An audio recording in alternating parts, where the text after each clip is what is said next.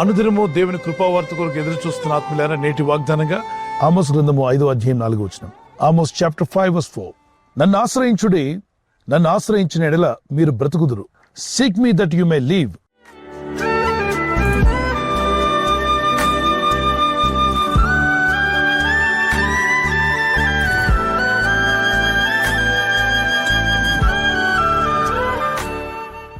ప్రజలారా, నన్ను ఆశ్రయించండి అంటే సృష్టికర్త అయిన దేవుడిని ఆశ్రయించినప్పుడు మీరు నన్ను ఆశ్రయించిన ఎడల మీరు బ్రతుకుదురు అన్నాడు. ఆయనను ఆశ్రయించడం వల్ల జీవము కలిగి ఉంటామా? ఎస్, జీవాధిపతి ఆయనే, జీవము ఆయన ఇవ్వగా మనం పొందుకున్నాం.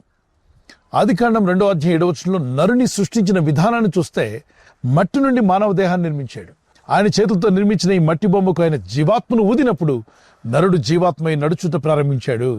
ఈరోజు మీలో కానీ నాలో కానీ ప్రపంచంలో ఉన్న ప్రతి మనిషిలో ఉన్న ఆత్మ అది దేవునికి సంబంధించింది, అది దేవుని వద్దకు వెళ్లాల్సిందే. ప్రసంగి 12:7 మన్నైనది మట్టికి చేరగా ఆత్మ తను అనుగ్రహించిన దేవుని వద్దకు చేరుతుందన్నాడు. ఆత్మ అనగా మనలో ఉన్న ఆత్మ. ఈరోజు నేను మాట్లాడుతున్నానే, ఈరోజు మీరు వింటున్నారే, మానవుల్లో దేవుడు పెట్టిన నరుని ఆత్మ ఇది మరలా తిరిగి దేవుని వద్దకే వెళ్ళాలి. గనుకనే ఈ లోకంలో జీవిస్తున్నప్పుడు అనేక రకాలైనటువంటి పరిస్థితులు మనకు ఎదురవుతూ ఉంటాయి. శోధనలు కావచ్చు, శ్రమలు కావచ్చు, అప్పుబాధలు కావచ్చు, ఆర్థిక ఇబ్బందులు కావచ్చు. వీటిని చూసుకొని మనం కృంగిపోతూ బాధపడుతూ దేవుడు నాకేం చేయట్లేదు అసలు ఆలోచన రానివ్వకండి. దేవుని వల్లనే మనం జీవిస్తున్నాం. కొందరంటారు మేము బ్రతకలేకపోతున్నాం, ఈ ఆర్థిక ఇబ్బందులు కావచ్చు, ఈ సమస్యలు చూస్తున్నప్పుడు బ్రతకాలనిపించట్లేదు అంటారు. ఒకసారి ఆలోచన చేయండి. జీవమును పోసిన వాడు దేవుడే, ఆ జీవాన్ని తీసుకోవాలి తప్ప మనకు మనం బలవన మరణం అనేటువంటిది ఆలోచించకూడదు. పరిస్థితులు బాలేవనో, ఆర్థిక ఇబ్బందులు వచ్చాయనో, ఎవరో ఏదో అన్నారనో, అవమానం కలిగిందనో, ఏదో తప్పు నీ ద్వారా జరిగిపోయిందనో అందుకొరకు చావాలని అనుకోవద్దు. ఆత్మహత్య చేసుకోవాలని ఆలోచన నీలోకి రానివ్వకూడదు. ప్రాణం పోసాడే దేవుడు, ఆయనే ప్రాణం తీయాలి. మరి నీలో కొన్ని దోషాలున్నాయి, అపరాధాలున్నాయి, ఒప్పుకొని విడిచిపెట్టు, క్షమించమని అడుగు. నిన్ను ఆశ్రయిస్తున్నాను దేవా అని. అనేకులు లోకాన్ని ఆశ్రయిస్తున్నారు, ధనాన్ని ఆశ్రయించేవారు, మనుషులను ఆశ్రయించేవారు, రాజులను అధికారులను ఆశ్రయించేవారు ఎక్కువైపోయారు. కానీ సృష్టికి కర్త అయిన దేవుడిని ఆశ్రయించేవారు ఎక్కడ? చాలా తక్కువ మంది మనకు కనిపిస్తారు. ఎందుకంటే దేవుడు కనబట్టలేదు కదా అనుకుంటాం. ఈ లోకంలో దేవుడు కనబడకపోయినా అదృశ్య రూపిగా ప్రభు అయిన దేవుడు ఉండబట్టే మానవ జాతి ఉంది, ఈరోజు లోకమంతా నిలిచి ఉంది. ఆయనే లేకపోతే ఈ సృష్టిలో ఏమీ ఉండేది కాదు. సమస్తం చేసిన వాడు ఆయనే. ఈ భౌతిక నేత్రాలతో ఆయన చూడలేకపోయినా ఆయన కళ్ళకు మనం మరుగై ఉండలేదు. ఆయన చెడ్డవారిని మంచివారిని ఆయన కన్నులు చూస్తున్నాయి. తప్పనిసరిగా ఎవరైతే పశ్చాత్తాపడరో, ఎవరైతే జీవితాన్ని మార్చుకోరో, మనసు మార్చుకోకుండా చెడు మార్గంలో పాప మార్గంలో జీవిస్తూ మరణిస్తారో వారి ఆత్మలకు తీర్పు ఉంటుందట. అది భయంకరమైన తీర్పు. అది పాతాళ అగ్నిగుండం. అగ్ని ఆరదు, పురుగు చావదు. ఆ స్థితికి ఎవరు చేరకుండా అందరూ మారు మనసు పొంది మనసు మార్చుకొని జీవం గల దేవుణ్ణి ఆశ్రయించడం ద్వారా రక్షణ పొందుకుంటాం. 118 మనుషులను నమ్ముకున్నట్టు కంటే యెహోవాను ఆశ్రయించటం మేలు, రాజులను నమ్ముకున్నట్టు కన్నా సృష్టికర్త దేవుడిని ఆశ్రయించడం మేలు. ఎందుకని దేవునికి మనకు అంత బంధం ఉంది అంటే, ఈరోజు మీ వేలు ముద్ర, thumb impression that came from God. మీ కంట్లో ఉన్న ఐరిస్ ఆయన చేసిందే. అలాంటి మీ కంటికి ఉన్నటువంటి ఐరిస్ లాంటిది మీ వేలకున్న ముద్ర ప్రపంచంలో ఎన్ని కోట్ల మంది వచ్చినా పోయినా ప్రస్తుతానికి ఉన్న ఎవరితోనూ కలవకుండా ఉండేటువంటి అద్భుతమైన టెక్నాలజీ దేవుడైన ప్రభు మీ సొంతం చేశాడు. ప్రతి ఒక్కరికి దాన్ని ఏర్పాటు చేసి ఇచ్చాడు. ఆయన జ్ఞానాన్ని గ్రహించడం మన వల్ల కాదు.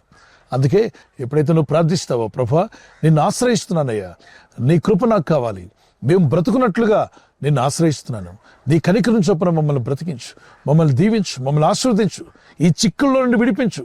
ఎటు తోచని పరిస్థితుల్లో మేము ఉన్నాం, ఏం చేయాలో అర్థం కావట్లా, మీ సహాయం మాకు కావాలి, మాకు జ్ఞానం దయచేయి.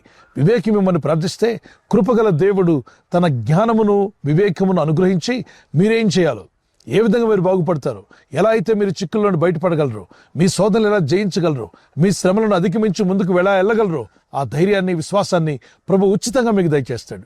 అందుకే ఆయన విశ్వాసం ఉంచిన ఆత్మీయులారా, ఒక చిన్న కీర్తన పాడుకొని ఈ వాగ్దానం ధ్యానం చేసుకుందాం.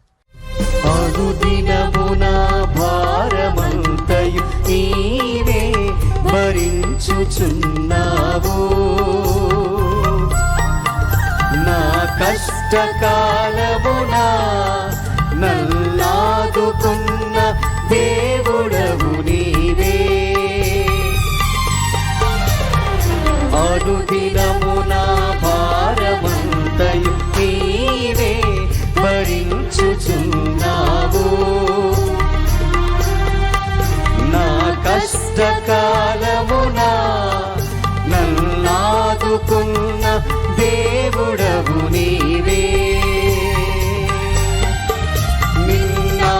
ఆశ్రయించిన వారికి ఏ మేలు కొదువై ఉండదు. ఆరాధించెదా నీకై జీవించెదా. నిన్నాశ్రయించిన వారికి ఏ మేలు కొదువై ఉండదు.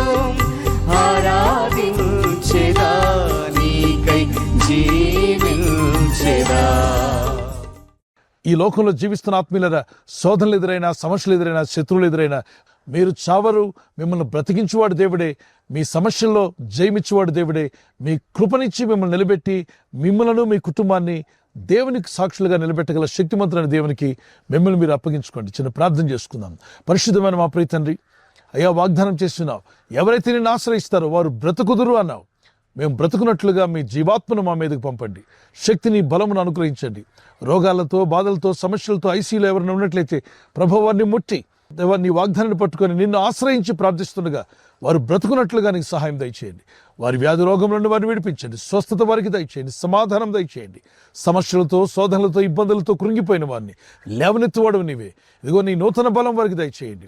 ఈరోజు ప్రార్థించి ప్రయత్నించబోతున్న శంకుస్థాపన అయిన, గృహప్రవేశమైన, ఒక బిజినెస్ ప్రారంభిస్తున్నా, ఉద్యోగ ప్రారంభానికి వెళ్తున్నా, ఒక మంచి కార్యక్రమాన్ని ప్రారంభిస్తుండగా, నేను వారి బిడ్డల వివాహం కొరకు ప్రయత్నాలు చేస్తుండగా వారు చేస్తున్న ప్రయత్నాలు ఫలించలాగున మీ దూతలుగా ఆజ్ఞాపించండి. ఎవరైనా హాస్పిటల్లో ఉన్నా, ఐసీలో ఉన్నా, ప్రభు ఎవరైతే సీరియస్ కండిషన్లో ఉండి బాధపడుతున్నారో వారికి యేసు నామములో స్వస్థతను అనుగ్రహించండి. కృంగిపోయిన వారిని లేవనెత్తండి.